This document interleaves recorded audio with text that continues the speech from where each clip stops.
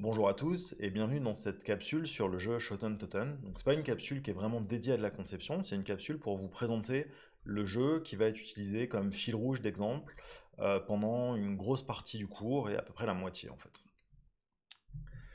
Donc ce jeu c'est un jeu de cartes pour deux joueurs qui est en fait un jeu de bataille. Chaque joueur représente un clan écossais qui se bat pour la domination de la frontière. Donc c'est un jeu qui se joue avec des cartes de 6 couleurs différentes, et pour chacune des couleurs, on a des valeurs qui vont de 1 à 9.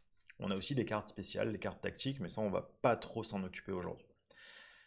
Pour attaquer, en fait, c'est contrôler la frontière. Je vais pouvoir, en tant que joueur, poser des cartes devant chacune des bornes qui représentent la frontière, et puis je vais pouvoir avoir jusqu'à 3 cartes qui vont représenter mon attaque. Donc à chaque fois que c'est mon tour de jeu, je vais poser une carte pour attaquer, je suis obligé d'attaquer, puis je vais piger une carte pour reconstruire ma main et passer la main au joueur d'après. Donc ça c'est un exemple de partie en cours, on voit les bornes qui représentent la frontière, c'est les petits tokens verts du milieu, et puis on a les joueurs au sud et au nord qui ont attaqué en posant des cartes. Comment on gagne?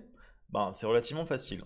On se bat pour contrôler la frontière, donc on est gagnant quand on contrôle 5 bornes, parce qu'il y en a 9, donc on a la majorité, ou quand on remporte 3 bornes qui sont consécutives, c'est-à-dire qu'on a fait une avancée suffisante dans le territoire ennemi pour dire qu'on est gagnant. Pour remporter une borne, ou j'ai une attaque qui est plus forte que l'attaque qui est en face de moi, auquel cas je gagne la borne, c'est indiscutable, ou alors je suis capable de démontrer que mon attaque ne peut plus être contrée. C'est-à-dire que même si l'opposant n'a pas encore terminé son attaque, il pourra plus jamais me battre étant donné les cartes qui ont déjà été posées. Et grâce à ça, ça va permettre de résoudre la partie. Les attaques disponibles, c'est très proche du poker. L'attaque la plus forte, c'est la suite royale. Donc dans cet exemple, 3, 4, 5 bleus. Et puis ça va en descendant. Ensuite, il y a le brelan, donc 3, 6. La couleur, 3 cartes de même couleur. La suite, 3 cartes qui se suivent mais pas de la même couleur. Puis au final, la somme, quand il n'y a aucune combinaison, on fait simplement la somme des cartes qui ont été posées. Donc ça, c'est un exemple de partie où on voit les bornes qui sont représentées en gris et puis les cartes qui ont été jouées par les joueurs.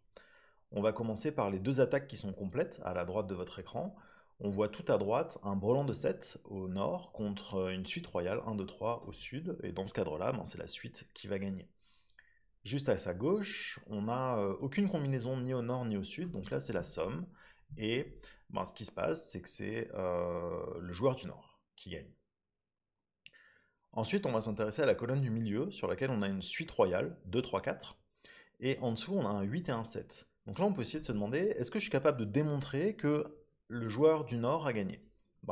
Pour battre ce 2, 3, 4, il faudrait qu'on ait aussi une suite qui soit plus forte. Et une suite plus forte, ça serait 9, 8, 7 ou 8, 7, 6 bleu. Mais là-dessus, je peux démontrer que le 9 bleu et le 6 bleu, ils ont déjà été joués. Donc, il est plus possible pour le joueur du Sud de battre cette attaque. Donc le joueur du Nord remporte cette borne-là, qui maintenant fait partie de sa frontière. Justement, si on regarde ce qui s'est passé sur la colonne tout à gauche, pour gagner contre un brelan de 6, il faudrait obtenir un brelan de 9. Mais les 9, tous les autres 9 ont déjà été joués. Donc, c'est pas possible que cette bataille-là soit remportée par le joueur du Nord. Donc le joueur du Sud peut dire que cette borne lui appartient. Et on peut maintenant regarder justement la colonne qui est là où il y a le brelan de 9.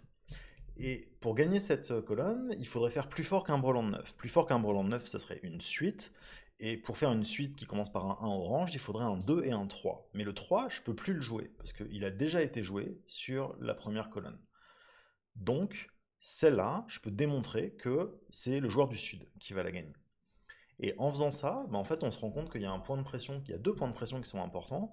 C'est que pour le joueur du Sud, ce serait très important de gagner la bataille de gauche, parce que s'il y arrive, il gagne 3 bandes consécutives et remporte la partie. Et à l'inverse, pour le joueur de droite, pour le joueur du Nord, pardon, c'est la bande de droite, celle qui est entre la suite royale et la somme, qu'il aurait intérêt à gagner, parce que s'il arrive à battre ce 1 bleu, il remporte la partie avec 3 cartes. Avec 3 bandes, pardon. Donc c'est ce jeu qu'on va utiliser comme support pour représenter la plupart de nos exemples sur la première moitié du cours. Il est relativement simple. Vous pouvez trouver des vidéos de parties sur Internet assez facilement pour vous exercer. Il n'y a pas besoin d'être un expert dans le jeu pour comprendre la suite du cours, mais c'est mieux si vous êtes conscient et au courant de quoi ça parle.